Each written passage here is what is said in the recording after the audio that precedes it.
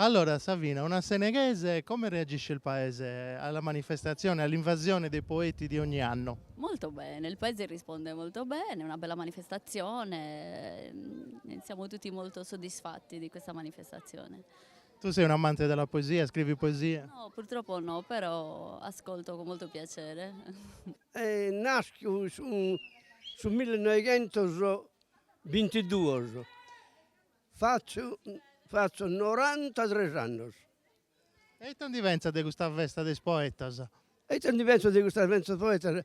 Dai augurio che vedono una cosa bella, un'intervista bella, che comprende questa gioventù che deve cambiare queste cose in mezzo. Ma Sabina è contenta di questa festa? E io speravo credo che sia contenta. Speravo di essere contento. No, una festa molto bella, veramente, molto movimentata, arriva molta gente da fuori, il paese è sempre più vivo, arrivano molti poeti, siamo contenti.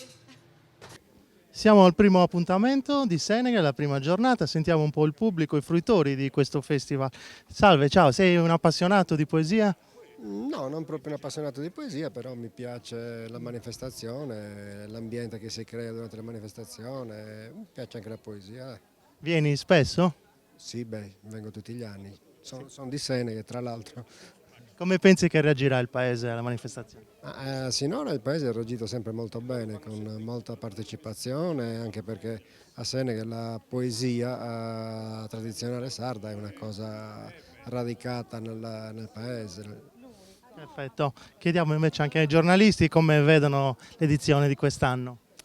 Un'edizione sicuramente, nonostante i tagli costanti purtroppo che vengono regolarmente fatti alla cultura, gli organizzatori sono riusciti comunque ad allestire un cartellone di primissimo piano. Basta pensare che sabato sera ci sarà qui Nicoletta Braschi, che è una grandissima attrice molto conosciuta, protagonista del film di Benigni, che poi è il marito, La vita è bella.